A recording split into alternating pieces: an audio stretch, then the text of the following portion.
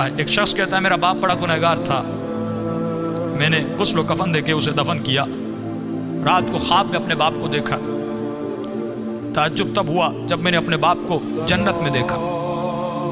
میں نے کہا بابا آپ تو بڑے گنہگار تھے، آپ تو بڑے خطاکار تھے، آپ جنت میں کیا کر رہے ہیں؟ اس نے کہا میرے لال 3 دن تک میری قبر میں آگ جل رہی تھی، 3 دن تک مجھ پر فشار قبر عذاب قبر میں مبتلا تھا، لیکن 3 دن کے بعد کچھ قبریں چھوڑ کر ایک نیک خاتون کو دفن کیا گیا، جس کی آنے کے بعد پورے قبرستان میں جن جن پہ عذاب ہو رہا تھا ان پر اللہ کی رحمتیں نازل ہونے لگیں۔ فرمایا نور برس رہا تھا۔ کہا بابا یہ کیسا نور تھا؟ کہا جیسے اس کو دفن کیا، پہلی رات بھی، دوسری رات بھی، تیسری رات بھی اس کی قبر میں حسین ابن علی آتے تھے۔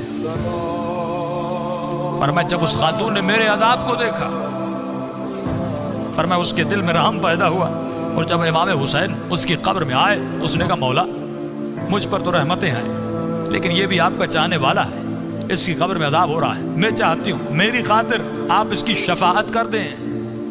کہ اس وقت امام نے دعا کے لیے ہاتھوں کو بلند کیا، میرا عذاب ختم ہوا۔ کہ بابا وہ خاتون کون سی تھی؟ کہ اس کا نام یہ تھا، اس کے شوہر کا نام یہ ہے، فلاں محلے میں رہتی تھی۔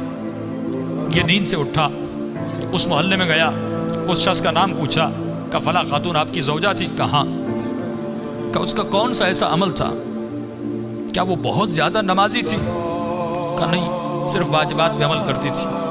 کہ بہت زیادہ قرآن پڑھتی تھی؟ کہ نہیں، مختصر قرآن پڑھتی تھی۔ کہ کوئی ان کا خاص بہت زیادہ ذکر تھا؟ کہ نہیں، ایک عام سی زندگی گزارتی تھی لیکن اخلاق کی اچھی تھی۔ اس نے کہا اتنا پوچھ کیوں رہے ہو؟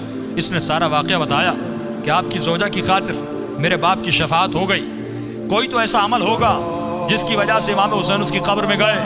تو فرمایا ایک عمل تھا جو کثرت سے کیا کرتی تھی۔ کہ وہ کون سا عمل تھا؟ فرمایا روزانہ زیارت عاشورہ پڑھا کرتی تھی۔ یہ مقام اذکرونی اذکرکم ہے کہ ہمارے چاہنے والوں تم ہمیں یاد کرو، ہم تمہیں یاد کریں گے۔ اللہ کہتا ہے تو 1 قدم ہماری طرف آ، ہم اہل بیت 10 قدم تمہاری طرف آتے ہیں۔ یہ قدم کردار کے اٹھانے ہیں، یہ قدم رفتار کے اٹھانے ہیں،